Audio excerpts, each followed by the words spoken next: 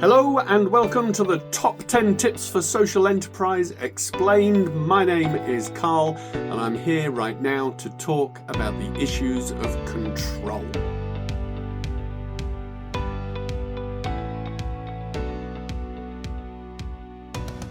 So this issue of control becomes confusing. As an advisor, I find myself sitting on a very uncomfortable fence because I'm able to see both sides. On the one side of this fence is a very unfair system that does not take care of the founder, but on the other side of the fence, there is a system which is set up to ensure that the social mission continues regardless of the people who are involved. So let's be clear. When it comes to setting up a social enterprise, the philosophy in the UK situation is there's no particular ownership over that social enterprise. Time out. So, a little rule of thumb when it comes to social enterprise. It's very difficult to talk in absolutes. There is always an exception to the rule.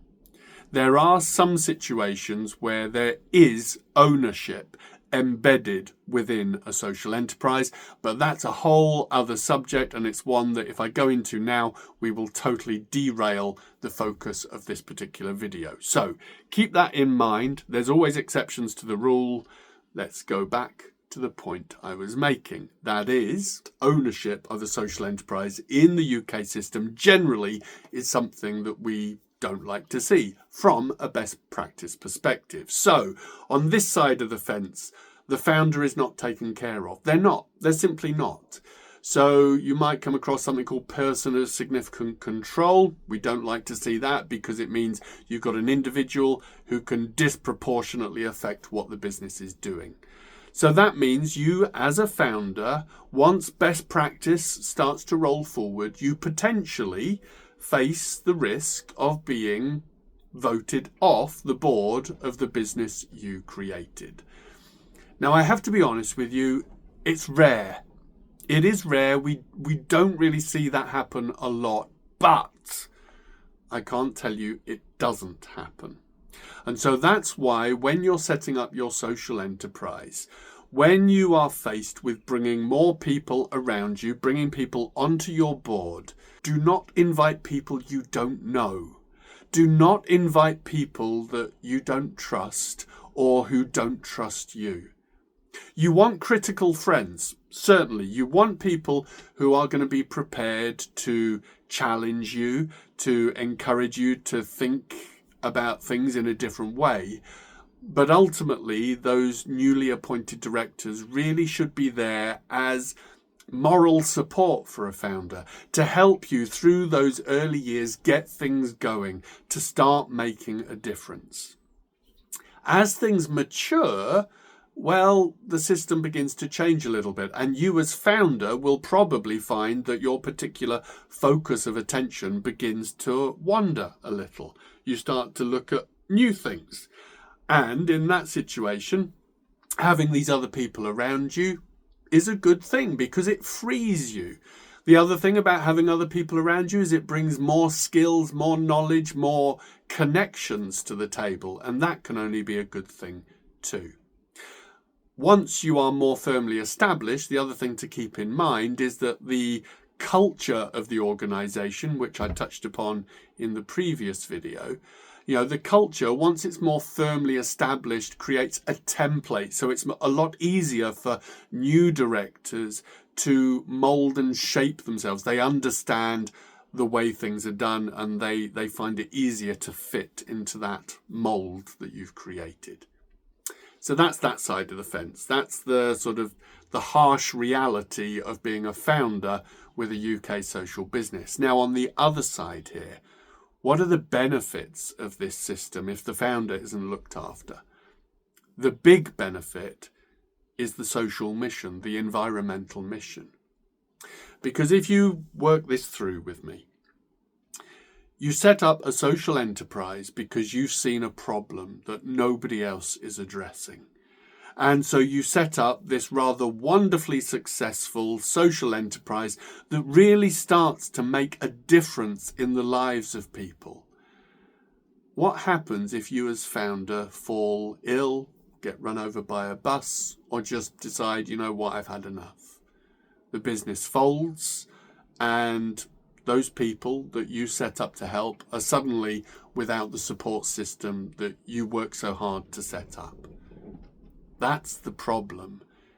That's the problem when the founder or any particular individual is the keystone of a social enterprise. It means the whole thing is like a house of cards, and it will collapse the moment one of those cards is taken out. So that is why best practice is focused on democratic participation, where it does not like to see a person of significant control.